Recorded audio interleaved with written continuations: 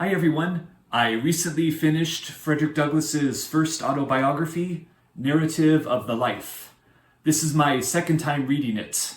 I previously read his 3 autobiographies around 2018 and 2019. They were some of the most impressive and stirring writings I ever encountered, and I had to experience them all over again. Not only a devastating condemnation against slavery, the story of his first 25 years of life is full of highly distinguishable adventures, and the eloquence of his writing is a joy to experience. This covers his earliest memories of being born into slavery and its associated horrors, being transplanted to various states and plantations, an analysis of the character and methods of his various masters and overseers, the efforts that he took to become literate, his escape, followed by his stint as a skilled laborer, then the beginning of his calling as an abolitionist who became the most famous African American of the 19th century. Written in 1845, I found Narrative of the Life to be the weakest of the trilogy, yet it was still incredible on the second read. His second work, 1855's My Bondage and My Freedom, was so powerful that you could feel his righteous anger while reading it, and it had me in tears at points. The intensity in 1892's The Life and Times was slightly tempered in his later age, but the book covered his very eventful post-abolitionist life, as well as tying up loose ends from the first 2 books. The advantage to reading Narrative of the Life is that it asks so little of the reader. It's only about 100 pages, and you'll certainly be so impressed that you'll have no issue tackling his more substantial works that followed. I've read somewhere between 500 to 1,000 adult books in my lifetime, and this trilogy is by far amongst the top. The Douglass biographies are not just Black history, they're some of the most impressive explorations on sociology and the human condition itself. I hope this video gets at least one person to give Narrative a shot. And if you'd like to stick around, here are my top 3 takeaways from this incredible book. Normally, I paraphrase and condense the parts of a book that I found to be worth taking notes on. But in this case, I prefer just to let Douglass's own words do the talking.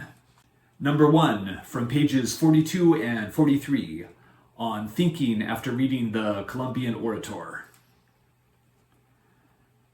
As I read and contemplated the subject, behold, that very discontentment which Master Hugh had predicted would follow my learning to read had already come, to torment and sting my soul to unutterable anguish. As I writhed under it, I would at times feel that learning to read had been a curse rather than a blessing. It had given me a view of my wretched condition without the remedy. It opened my eyes to the horrible pit, but to no ladder upon which to get out. In the moments of agony, I envied my fellow slaves for their stupidity. I have often wished myself a beast. I preferred the condition of the meanest reptile to my own. Anything, no matter what, to get rid of thinking. It was this everlasting thinking of my condition that tormented me. There was no getting rid of it. It was pressed upon me by every object within sight or hearing, animate or inanimate. The silver trump of freedom had roused my soul to eternal wakefulness. Freedom now appeared to disappear no more forever. It was heard in every sound and seen in everything. It was ever present to torment me with a sense of my wretched condition. I saw nothing without seeing it. I heard nothing without hearing it, and felt nothing without feeling it. It looked down from every star, it smiled in every calm, breathed in every wind, and moved in every storm. Number 2, from pages 66 and 67, The Holidays. The holidays are part and parcel of the gross fraud, wrong, and inhumanity of slavery. They are professedly a custom established by the benevolence of the slaveholders, but I undertake to say it is the result of selfishness and one of the grossest frauds committed upon the downtrodden slave. They do not give the slaves this time because they would not like to have their work during its continuance, but because they know it would be unsafe to deprive them of it. This will be seen by the fact that the slaveholders like to have their slaves spend those days just in such a manner as to make them as glad of their ending as of their beginning. Their object seems to be to disgust their slaves with freedom by plunging them into the lowest depths of dissipation. For instance, the slaveholders not only like to see the slave drink of his own accord, but will adopt various plans to make him drunk. One plan is to make bets on their slaves as to who can drink the most whiskey without getting drunk, and in this way they succeed in getting whole multitudes to drink in excess. Thus, when the slave asks for virtuous freedom, the cunning slaveholder, knowing his ignorance, cheats him with a dose of vicious dissipation, artfully labeled with the name of liberty. The most of us used to drink it down, and the result was just what might be supposed. Many of us were led to think that there was little to choose between liberty and slavery. We felt, and very properly too, that we had almost as well be slaves to man as to rum.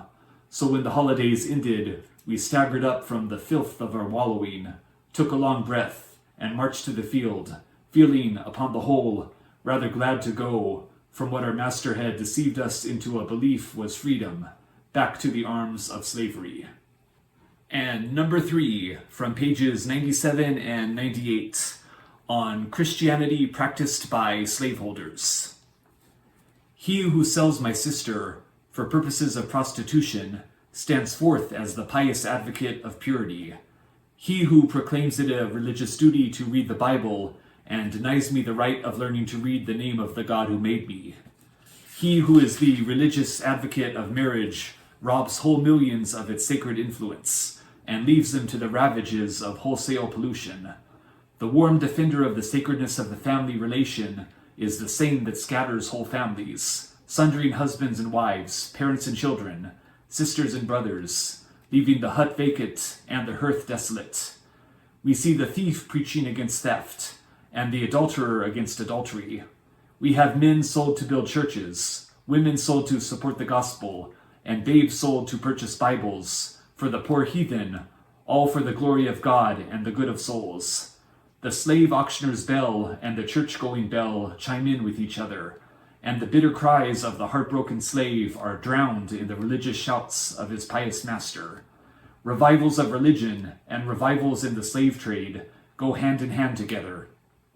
The slave prison and the church stand near each other.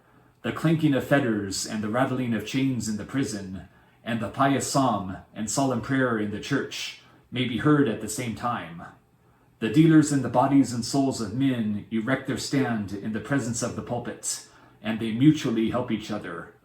The dealer gives his blood-stained gold to support the pulpit, and the pulpit, in return, covers his infernal business with the garb of Christianity. Here we have religion and robbery, the allies of each other, devils dressed in angels' robes, and hell presenting the semblance of paradise. All right, I hope you enjoyed my look at Narrative of the Life of Frederick Douglass. Definitely check this book out sometime. And hope you enjoyed the video, and I'll be back soon with more. Bye.